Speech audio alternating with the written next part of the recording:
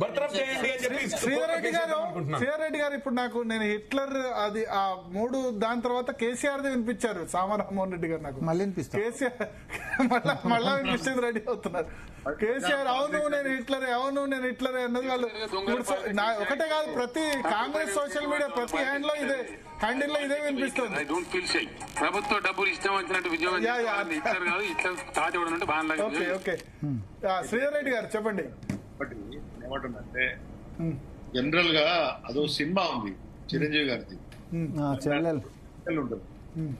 ఏం సినిమా అది రామ్మోహన్? ఏది హిట్లర్ చిరంజీవిది, ఆ చెల్లెళ్ళని కాపాడుకునేది కాదు సినిమా పేరు. చెల్లెళ్ళకు లవర్స్ వచ్చి హిట్లర్ అనుకుంటూ పోతారు, అదే కదా ప్రేమించేవాళ్ళు. మధ్యలో బ్రహ్మానందం గారు ఇంకెవరో వస్తారు నాకు తెలిసి, వచ్చి అడుగుపో వీళ్ళు సుధాకర్ వీళ్ళు చెప్పి పంపిస్తారు. ఆయన నువ్వు పోయి హిట్లర్ మాధవరావు ఎవరు అడుగుపో అని చెప్తారు.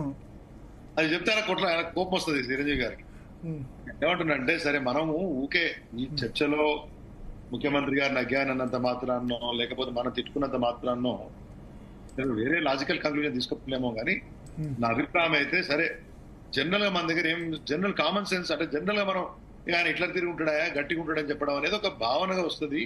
అయితే సందర్భంలో వాడిన నిన్న ముఖ్యమంత్రి గారు ఇప్పుడు నేను చూసిన అయితే కేసీఆర్ గారు మాడారు కాబట్టి నేను సమర్థిస్తాను, లేకపోతే రేవంత్ రెడ్డి గారు మాడారు కాబట్టి వ్యతిరేకిస్తాను అనే పద్ధతిలో కాకుండా నేను చెప్పేది ఏంటంటే context to the subject, A context లో మాడాలనే విషయం మాట్లాడినప్పుడు జనరల్ గా హలో ఐఎమ్ ఆడిబుల్ చెప్పండి.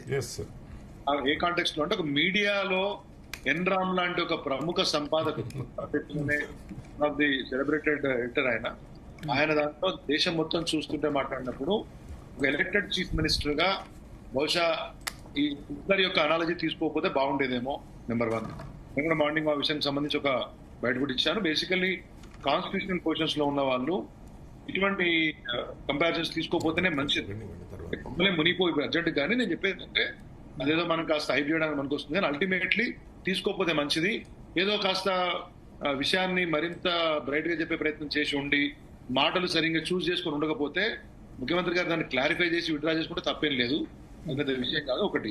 రెండోది ఏంటంటే ఈ మధ్య ఒక ఫ్యాషన్ అయిపోయింది, ఈ కాంక్లేవ్లు అందరు పెడుతున్నారు కదా, ప్రతి ఛానల్ ప్రతి వాళ్ళు కాంక్లేవ్ పెట్టినప్పుడు చాలా మంది చూస్తున్నారు national levels also leaders of different standards ఒక మాట అనేసేయటము. దానివల్ల ఏమైంది ఇప్పుడు చూడండి వీటి నుంచి మొదలుపెట్టి చాలా చర్చలు వీటి మీద జరుగుతూ ఉంటాయి. It will become a head line. అది హెడ్ లైన్ పెట్టిన తర్వాత ఏంటంటే దానికి సంబంధించి ప్రజలు ఇమ్మీడియట్ గా నష్టపరిచేది ఏమీ ఉండదు. రేపు పొద్దున్నే ఓట్లు వేస్తే మీకు 10 లక్షల ఓట్లు తగ్గుతాయని తెలియదు. కానీ సోషల్ మీడియా ప్రభావంలో ఒక వ్యక్తి యొక్క బేస్ పరిచయం కావడానికి కానీ ఆయన అగ్రెసివ్ అని చెప్పుకోవడానికి కానీ లేకపోతే ఒక చర్చ జరగడం కోసము ఇట్లాంటివి పనికొస్తున్నాయి. ఇది ఒక unfortunate unwanted trend in the social media. దానికోసం పెద్ద పెద్ద నాయకులు మాట్లాడడం అనేది కామన్ అయిపోతా ఉంది. ఎవరైనా ఒక రేపు గురించి మాట్లాడాల్సి వచ్చినప్పుడు చాలా ప్రివిలెస్ కామెంట్స్ చేయడము, ఇర్రెస్పాన్సిబుల్ గా చేయడము, ముఖ్యమంత్రి స్థాయిలో బళ్ళ గురించి మాట్లాడాల్సి వస్తే ఠీకే నహేతో నహే అంటే చాలా అప్రజాస్వామికంగా బాధ్యతగా మాట్లాడడం అనేది చాలా చోట్ల జరుగుతా ఉంది. ఇది కొంతమంది సోకాల్డ్ స్ట్రాటజిస్టులు ఎవరైతే వీళ్ళకు ఉన్నారో మీడియా స్ట్రాటజిస్టులు హౌ టు సెన్సేషనలైజ్. మీరు వెళ్ళారు మీడియా కంప్లైంట్కి వెళ్ళారండి, మీరే కాకుండా 4-5 మాడారు, maybe chief minister, maybe you know central minister మీరు మాడారు. How do you get differentiate yourself? మీరు ఎట్లా సెన్సేషన్ అవుతారు? అది ఈ పనికిమాల స్ట్రాటజిస్టులు కొంతమంది ఇచ్చేటటువంటి ఆలోచనలో చెప్తున్నటువంటి పనికిమాల విషయాలు మీరు అది స్లిప్ ఆఫ్ టంగ్ అని అనుకోవట్లేదా? ఇంటెన్షన్ చెప్పారంటారా? అంటే ఒకటి 2 ఉన్నాయి ఇక్కడ. అదొకటి బలంగా నమ్ముతున్నాను. Some media strategist would have told him that take this analogy so that you will automatically sensationalise issue burst అవుతుందని ఒకటి లాస్ట్ అవుతుంది. రెండోది భావము మన దగ్గర నేను ఇంతకుముందు సినిమాలో చెప్పినట్టు వచ్చే భావం లాగా హిట్లర్ అంటే జర గట్టిగా పనిచేస్తున్నా హైడ్రా ఆ స్థాయిలో పనిచేస్తుంది చెప్పుకోవడం కోసం ఆయన చెప్పినటువంటి ప్రయత్నం అయ్యొచ్చు. ఏదైనా కానీ ఐ స్టాండ్ మై ఏమంటే ఒకటి ఫైనల్లీ కాన్స్టిట్యూషనల్ పొజిషన్స్ లో ఉండే వాళ్ళు ఇటువంటి రిఫరెన్సెస్ తీసుకోకపోతేనే మంచిది, అనవసరంగా ఇటువంటి వివాదాలు రావు.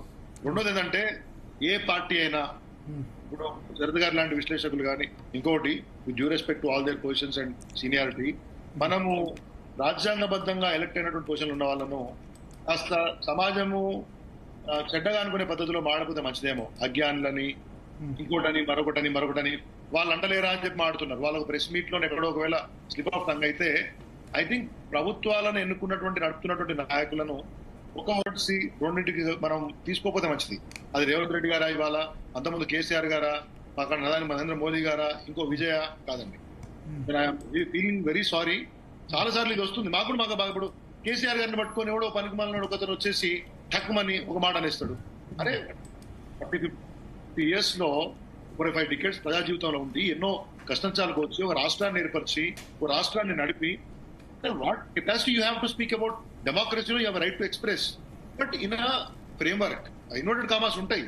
మనం క్రాస్ చేసి అనవసరం గొడవ పెట్టుకొని దాని గురించి ఇప్పటికిప్పుడు మనం తేల్చేసినటువంటి ఆ sensationalism, thumbnails certain extent I think we need to, I mean నేను ఏదో పెద్ద ఇదని కాదు కానీ చెప్పాలని కాదు కానీ డెకోరం చదువుకున్న వాళ్ళం కాస్త బాగా ఆలోచించగలిగే వాళ్ళం మాట్లాడేటప్పుడు మెయింటైన్ చేస్తే బాగుంటది అనేది నా ఉద్దేశం.